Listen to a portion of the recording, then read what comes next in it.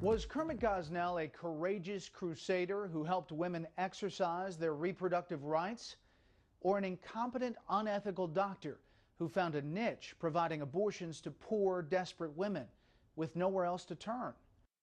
That was the place to go for your abortion, and you can go without your parents' consent, and if you got pregnant again within 2-3 months, you can go right back. You were going there to take care of business, to handle a situation. Taisha Hudson says she learned that when she got pregnant at 17 back in the 1990s.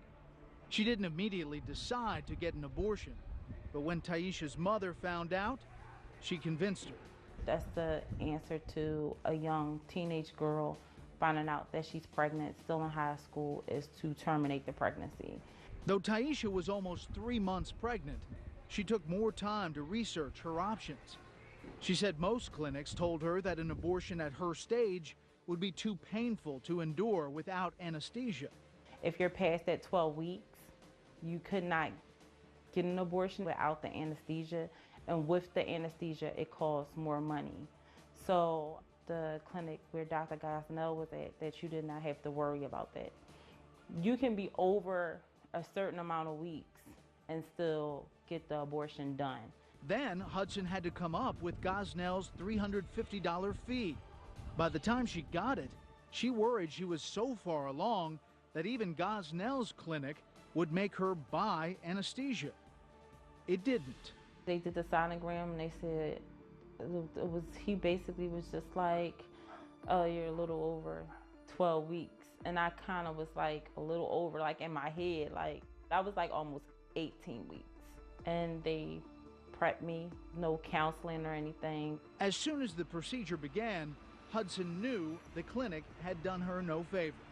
I literally felt like a part of my insides like ripped. I even remember just asking them, like, do I supposed to be in this much pain? I felt like something was like ripping, like literally like ripping inside of me. That's almost like torture. Dr. Manny Alvarez is a respected OBGYN and a member of the Fox News Medical A team. People were giving the option of pain for how much pain-free status they wanted to be in. I mean, imagine taking your appendix without anesthesia, or telling somebody that, well, we'll take your appendix, but how much anesthesia you were willing to pay for. And there was other cause for alarm. In the mid-90s, a pediatrician who practiced nearby noticed something troubling.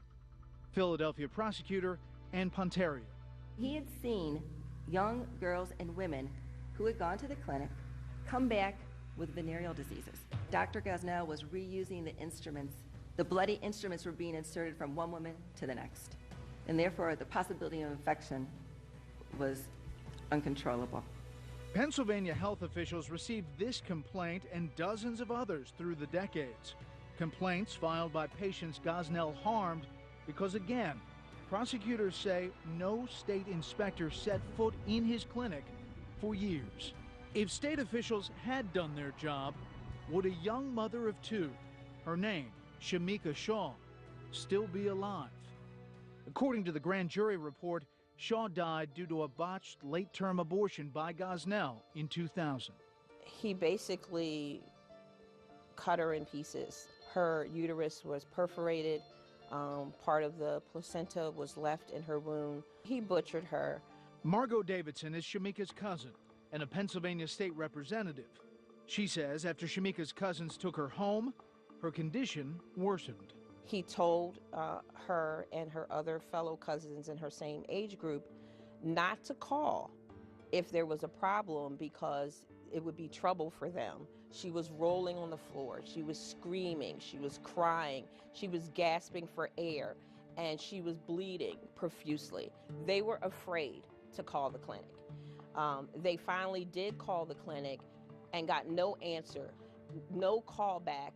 Finally, her mother came home and took her to the hospital where she was pronounced dead.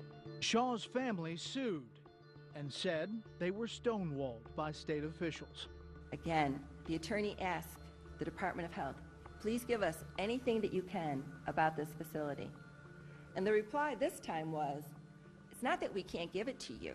There are no complaints. The Department of Health's top attorney, their general counsel, when asked about why they did not follow up on these complaints, her answer was, and I quote, "People die." The Department of Public Health once again failed the community, failed my cousin. The Shaws settled their lawsuit for $900,000, one of at least 5 Gosnell malpractice cases resulting in $1.7 million in payoffs.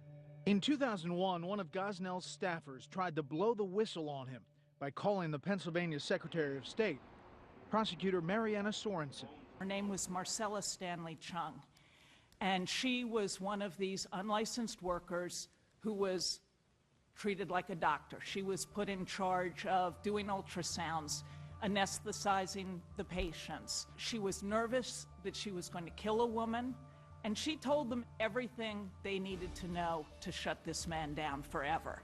But all that got shut down, she said, was the investigation. It was closed by the Department of State prosecutor saying prosecution not warranted. But the word about Gosnell was getting out, prosecutors say, and that was hurting his business. He could not get the referrals. He didn't get many first trimester patients anymore, and so he changed his model by going with the more expensive late-term and illegal abortions. Many people knew along the Atlantic seaboard that if you could not get a late-term abortion anywhere else, you could go to the Women's Medical Society, run by Dr. Gosnell, and if you could pay, you could get a late-term abortion. Even if you're more than 24 weeks pregnant, though those abortions are illegal in Pennsylvania and many other states. Legal or not, Dr. Manny Alvarez says late-term abortions are complicated and dangerous. Many things can go wrong. The chances of bleeding are tremendous. The other complication is the mechanics of removing a fetus at 24 weeks. You run the chance of perforating the uterus. You have issues of infection. You have to have the skills. You have to have the infrastructure. You have to have the healthcare personnel. For people to be doing this out of a so-called little private office, it's really, there's no words to describe the crime. Unlike the a la carte pricing for anesthesia in short-term abortions, Gosnell insisted that late-term patients be very heavily sedated, according to grand jury testimony. What Dr. Gosnell didn't like, he didn't like anybody who was loud because he didn't want to attract the police. So what he would do is he would tell these women to med him up, M-E-D-E-M up, med him up. 41-year-old Karnamaya Mangar was a mother of 3, grandmother of 1, and 18 weeks pregnant. 4 months earlier, she had moved to Virginia from Nepal. She wanted to end her pregnancy. 3 local clinics would not perform the abortion, but one referred her to the Women's Medical Society. On November 18, 2009, her friend and her daughter drove her to Gosnell's clinic. Cytotec is only supposed to be given maybe once every 3 hours. This medication was given to Karnamaya Mangar every hour on the hour. And she was also given another drug called Restorol, and that's to induce sleepiness. She was given Demerol dose after Demerol dose after Demerol dose. Mangar was a small woman, but Gosnell's 2 unlicensed helpers, Linda Williams and Sherry West, who would later be charged with murder, did not adjust the medication to Mangar's size. She lost all of her vital signs. She stopped breathing. According to grand jury testimony, when Gosnell could not revive her, he went into cover-up mode. He didn't call the ambulance for hours and didn't tell the paramedics about the heavy doses of Demerol. And when they did get a pulse, Gosnell couldn't find the keys to the padlocked emergency exit. Ms. Mangar's survival chances, slim as they were severely hampered by the fact it took the paramedics 20 minutes getting the door open. Mangar was pronounced dead at the hospital. Even after all that, the health department declined to send investigators to the clinic. And Ponterio says if they had, they might have made yet another shocking discovery. Evidence of the Gosnell Clinic's most horrifying practice of all. Dr. Gosnell wasn't even performing abortion procedures. These babies were born, and they were born alive, and they were killed. When Fox News reporting continues after the break.